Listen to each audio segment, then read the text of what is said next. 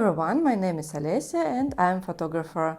Today I'll show you how to retouch a close-up portrait using frequency separation. Frequency separation is a technique that divides the image into layers, which high frequencies containing information about fine details and surface textures, while low frequencies contain information about color and volumes.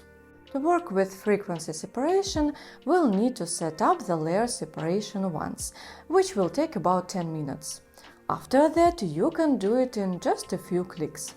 This method is suitable for retouching skin not only on the face, but also for smoothing clothes or a solid background. There are many different variations of frequency separation and ways to use it. I will show you frequency separation using 3 layers, which work on the middle layer using a brush. This method consists of many steps, but Photoshop allows us to save the same sequence of actions, which we will use now. Also, we'll need the Layers panel. If you don't see it, go to the Window menu and click on Layers. Pay attention to ensure that the layer we're working with is named Background. Otherwise, when you run the operation later, it gives you an error. You can slow down the video speed to keep up with the actions along with me. So we need to go to the Actions window. If you don't have this window open, go to the Window menu and select Actions. Then, in the Actions window, click on Create New Action by clicking the plus sign in the bottom right corner of the window. Enter the name of the action. You can name it whatever you like, so you understand what this operation is for. In this window, you can also assign key for the operation. This is done so that you don't have to search for the operation in the menu, but can simply call it up with a key or key combination. Click on the Record button. All our further actions will be recorded. Let's create 3 copies of our background layer. Right-click on the background layer and select Duplicate Layer. Name the layer High Pass. Make another copy of the layer named Middle Pass and a third one named Low Pass. They should be arranged exactly as shown in the video. Then you need to select the High Pass layer and in the Filter menu choose Others, then High Pass. Here enter a value of 30. For now, just follow along with the numbers I'm saying, and later I'll explain why they are needed and when to change them. Next, in the Image menu, under Adjustment, select Curves. Raise the lower left point of the curve to 64 and lower the upper right point to 192.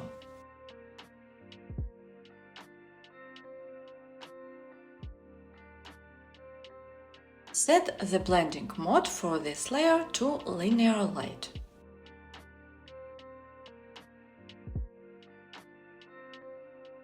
Next, select the Low Pass layer. Go to the Filter menu, then Blur, and select Gaussian Blur. Enter a value of 90.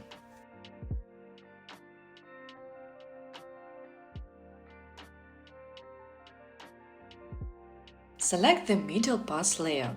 Again, go to the Filter menu, then Others, and select High Pass. Enter a value of 90. Then go to the Filter menu, select Blur, and choose Gaussian Blur. Enter a value of 30. Next, repeat the adjustment in the curves for this layer. Set the blending mode for this layer to Linear Light. Now, for ease of use, we'll apply a mask to the Middle Pass layer. To do this, at the bottom of the Layers window, click on Layer Mask, and in the Layer Properties, click on Invert. The layer should become black, and the image should become blurred. Next, using the Shift key, select all 3 of our layers, and click on Create a new group in the Layers window. Also, create a mask for the group and invert it. Now, to use our frequency separation, select the Brush tool and choose White color on the palette. Wait, don't draw anything yet. We need to stop recording the action. Now you can start painting over the skin in the areas that need smoothing. It's better to use a soft brush with opacity ranging from 30 to 50%.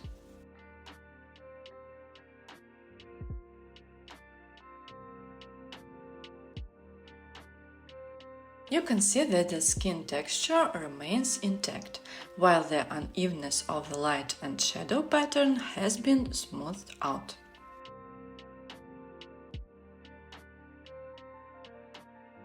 If you like the result, don't forget to give it a like. We've created an operation that's suitable for working with large portraits. However, it will be ineffective for working with more distant shots or close-up portraits. Additionally, this depends on the resolution of your photo. Let's make our operation more versatile.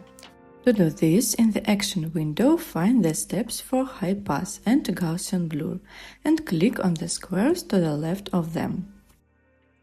Now, when you run the action, the program will ask you for the values you want to choose.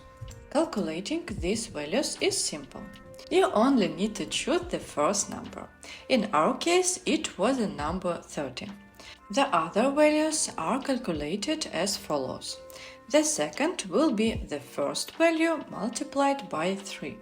The third repeats the second, and the fourth repeats the first.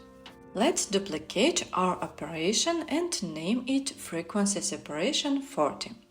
Now create a duplicate of the background layer. Expand the action and find the High Pass step. Click on it twice and enter a value of 40. Then for Gaussian Blur enter 120. Then set High Pass to 120 and Gaussian Blur to 40.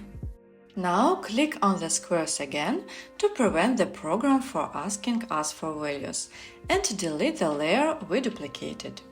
Now, when you run the action, the program will create a separation at 40, which is suitable for very large portraits.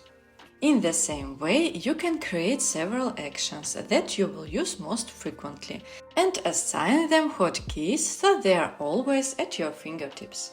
I often use sizes 2, 4, 10 and 15. I can visually determine which value suits each case.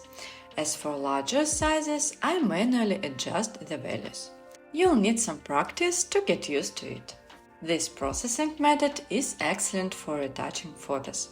More precise retouching methods, such as touch and burn, are needed for images that will be printed in very large sizes, such as billboards. In other cases, frequency separation is perfectly suitable. If you feel that the skin is becoming blurred, the issue is not with the method, but with selecting the correct separation radius. Those were numbers we input, as well as the degree of application. Therefore, pay attention to these details. Thank you for watching. I hope this video was helpful and interesting for you. On my channel you'll find more videos with photography tips and tutorials for creative photography sessions. Subscribe and see you in other videos.